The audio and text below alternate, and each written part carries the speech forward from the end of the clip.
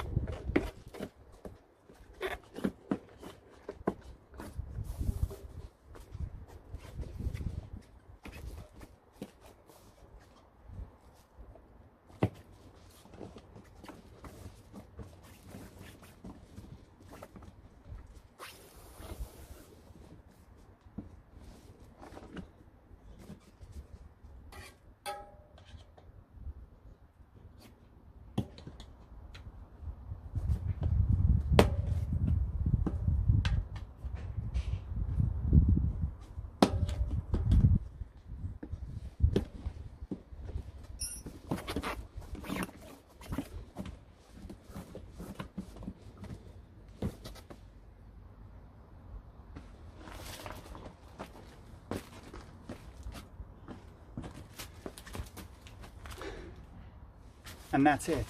Now all that's left to do is to put some air in those tyres.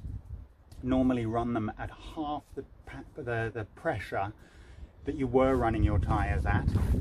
And what I'd suggest you do is inflate the tyres completely, let all the air out, give the tyre a bounce, and just make sure that, this is Tannus Armour, make sure that the armour is sitting nice and straight. And you can do that by just very carefully spinning the wheel and making sure that the tyre looks true on the wheel.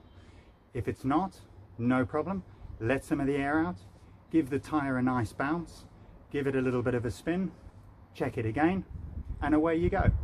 Another important thing to bear in mind is there's a bead line on your tyre.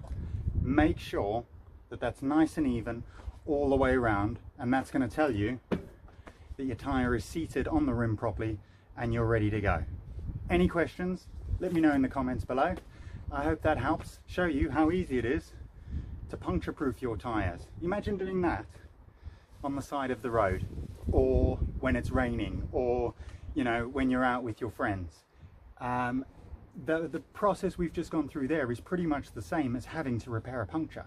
The difference is I'm unlikely to ever get a puncture again because I've got the Tannus Armour installed. So although that was a 15 or 20 minute process, I'm not going to do it again for potentially up to 7,000 kilometers, which is what the manufacturers Tannus reckon their product will last. So yeah, that is the single biggest reason why I absolutely love this product, and that's why I think it's critical. You should have it on your bike so that every time you get on your bike and every time you go for a ride, punctures aren't going to ruin your day and they're not going to ruin your ride. There you go. Let me know if you need anything else.